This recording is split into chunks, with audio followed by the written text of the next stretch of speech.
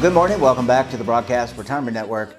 I'm Jeff Snyder. This is BRN AM for Thursday, October 12th, 2023. And our top story today, winterizing your garden and bringing your plants inside. And joining me now to discuss this and a lot more, he's the garden guru, Brooks Osman. Brooks, always great to see you. Thanks so much for joining us on the program this morning.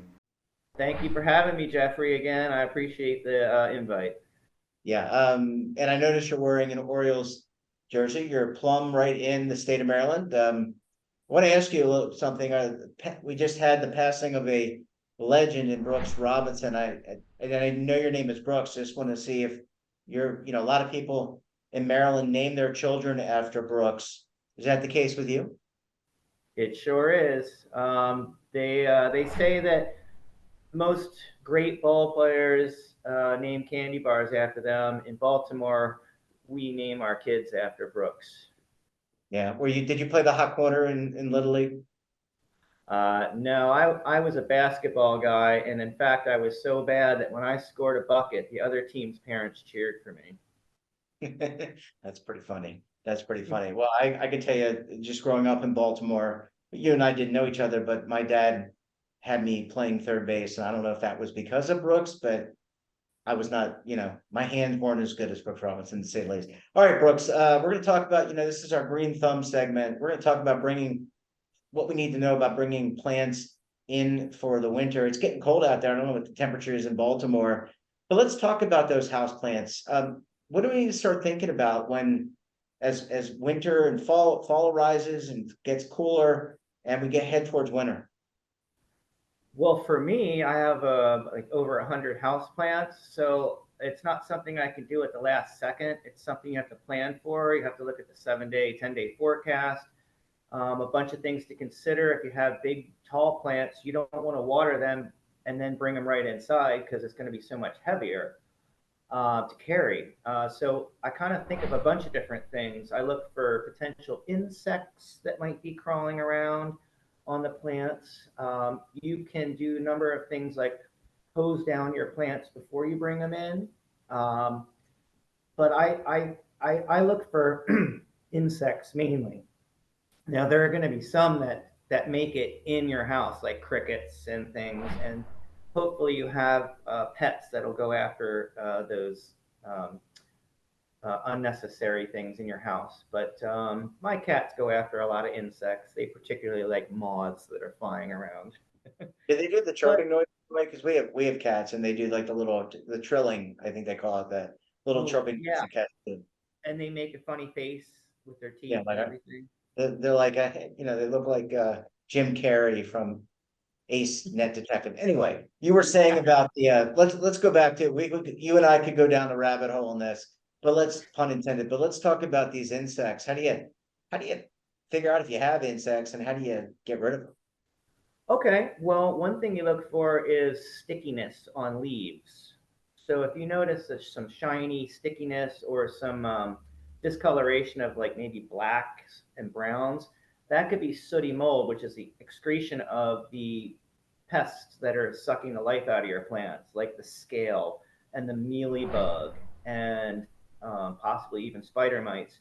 Um, they're going to leave a nasty um, they're gonna show that they're there. So if you see that, you're gonna turn the leaves up underneath and look for anything that might be sitting there, like a discus-looking shape or white cottony for mealybug.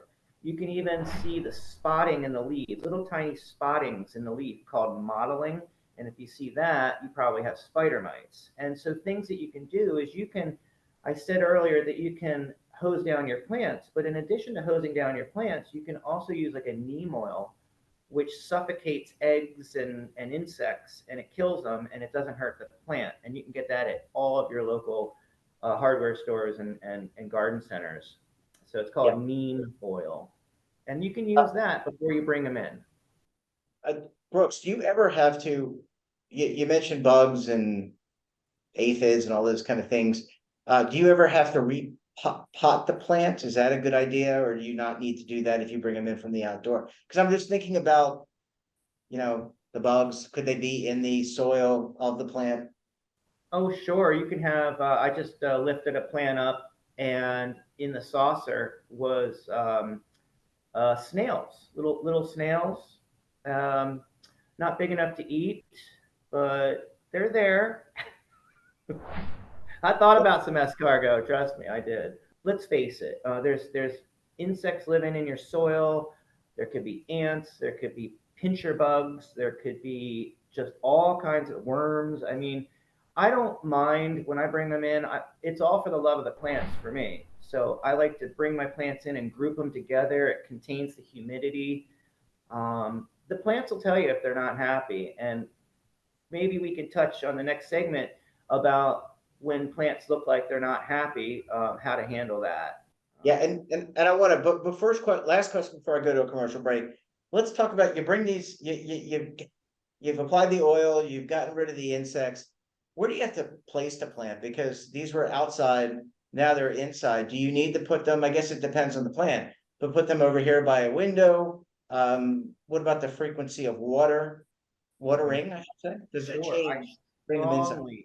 sorry, yeah, I strongly suggest a bright window where the sun's going to come in.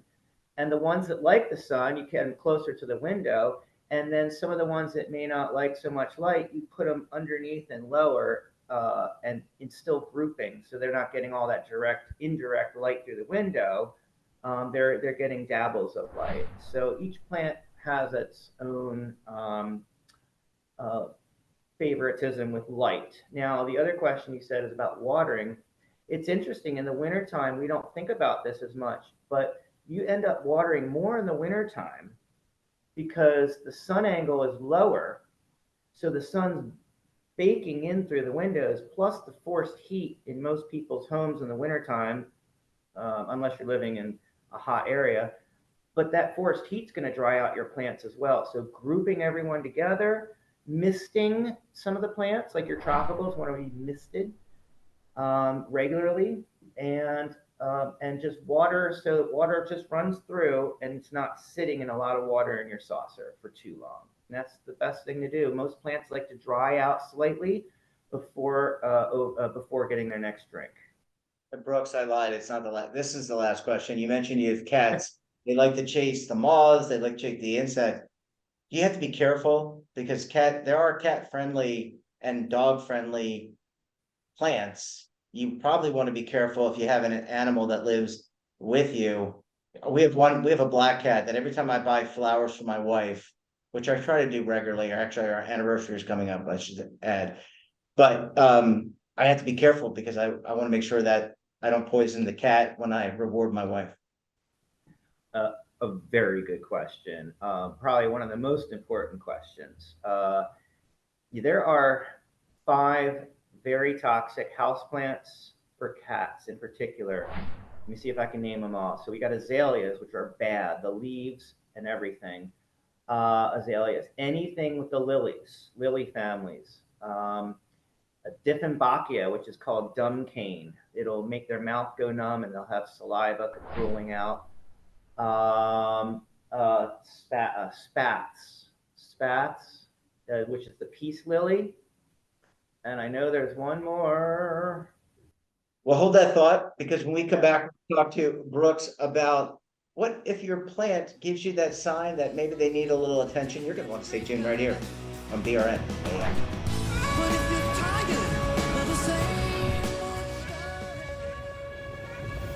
Imagine a new television network that will make you richer, healthier, and in control of your financial future.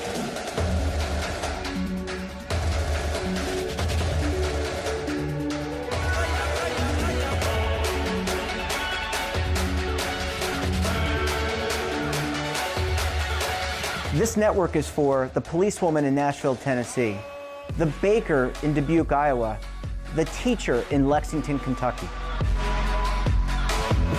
We want to make the idea of savings and retirement culturally relevant. But what do you see as a defining issue of the midterms? Especially for the smaller businesses. I mean, they are the lifeblood of the American economy.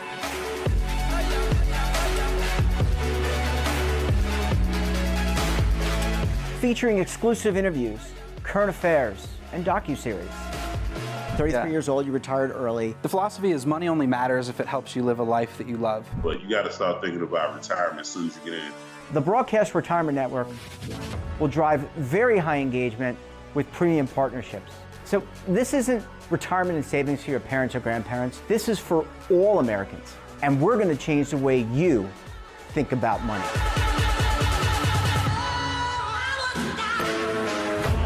Welcome to the next frontier of retirement and savings. This is BRN, the Broadcast Retirement Network.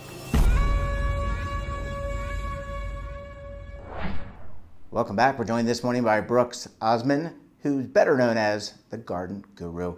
Brooks, thanks so much for staying with us. Really appreciate you hanging around for segment number 2 this morning. Now, Jeffrey, just be careful when you get those flowers for your wife. It's the lilies and the lily pollen that are really, really bad for the cats. So even if the pollen, even if it drops on the floor, that's really bad for your cat. So be real careful with the lilies in those arrangements. Okay, thank you. I will do that. Note to self: don't poison cat. All right, Brooks, you made the move. It's winter time. How do you determine whether or not all the steps that you've taken, cleaning off the insects, watering? How do you determine whether or not the plant is receptive to this, and maybe they're just having a bad time? Maybe they're not responding well. Another great question, and I would have to say that it's all about knowing your plants. So if you live in the Mid-Atlantic and you have to bring your plants in the wintertime, and you have tropical plants, each plant's gonna do their thing. Some plants will go dormant, some plants will drop all their leaves and make a huge mess in your house, but it doesn't necessarily mean they're dead. They're just going dormant. They will come back again after a couple months, but they may need less watering if they go dormant. In fact, some don't even want any water during their sleep time. Like the bulbs, like there's the plant right behind me, the taller one that has long leaves. That's an amaryllis bulb. There's about 4 of them in there. And once those leaves fall off in the fall, or I will cut them off when they turn yellow, I just leave those bulbs sitting on the top of the soil for a couple months, and I completely ignore it purposely, because not watering it is doing what it wants to do. It's going to go into a sleep cycle and then shock it, and then it sends up that flower coming up out of the bulb in late winter. So every plant's going to do their own thing. You just have to know what plants are going to do what. Now, if the plants don't lose their leaves and they start turning yellow, there's a couple signs. So the golden rule is, if a big mature leaf turns yellow, it probably means it got dried out a little too much. If a smaller, newer leaf turns yellow, it's from overwatering. So those are 2 big things. Even though they're the same color leaf, one's different from the other. So you can actually over hydrate a plant in some cases. Absolutely, particularly if you leave them sit longer than 30 minutes in too much water in the saucer. Now, Brooks, we haven't yet even hit fall officially. Well, yeah, we have hit fall officially, but we haven't hit the winter months. But let me ask you, are there things we need to think about if we're going to transition our plants back outside? So you brought them in for the winter season. We're getting a little ahead of ourselves because it's not even winter yet, but just things that we need to think about when we're ready to bring them back out, when the spring is about to sprung. Exactly. Plants are exciting, so there's lots of questions and inquisitiveness that we have in relation to plants. So when you bring them outside, you don't want to rush it, because even in early April, late March, when you might have a stretch of beautiful 70-degree weather for a week, you want to take everything out, but you're going to burn everything.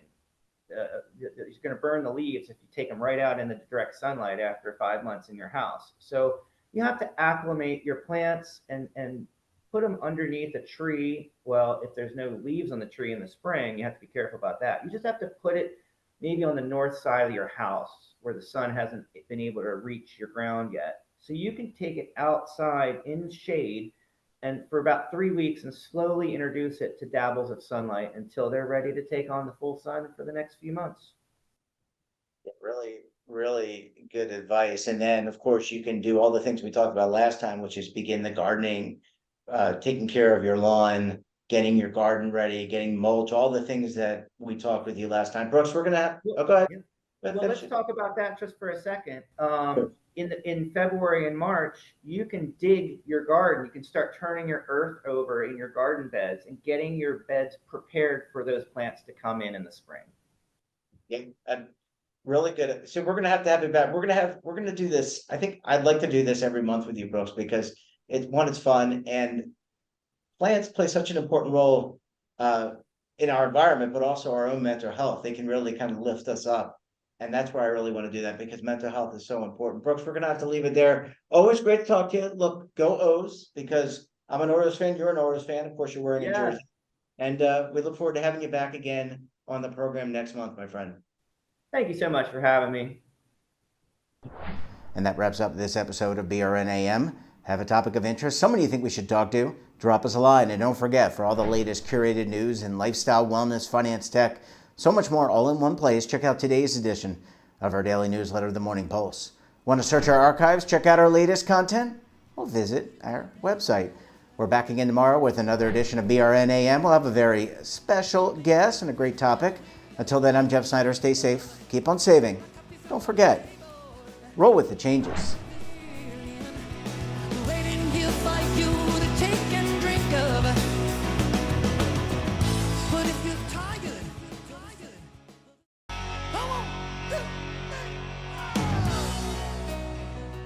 Now is your opportunity to co-create content around any topic on the first lifestyle and wellness network. Reach a global audience through our platform and co-own exclusive branded content. All of our programs are available on demand and also as audio-only podcasts, so you can take us on the go. Broadcast Retirement Network, available anytime, anywhere, and on any device.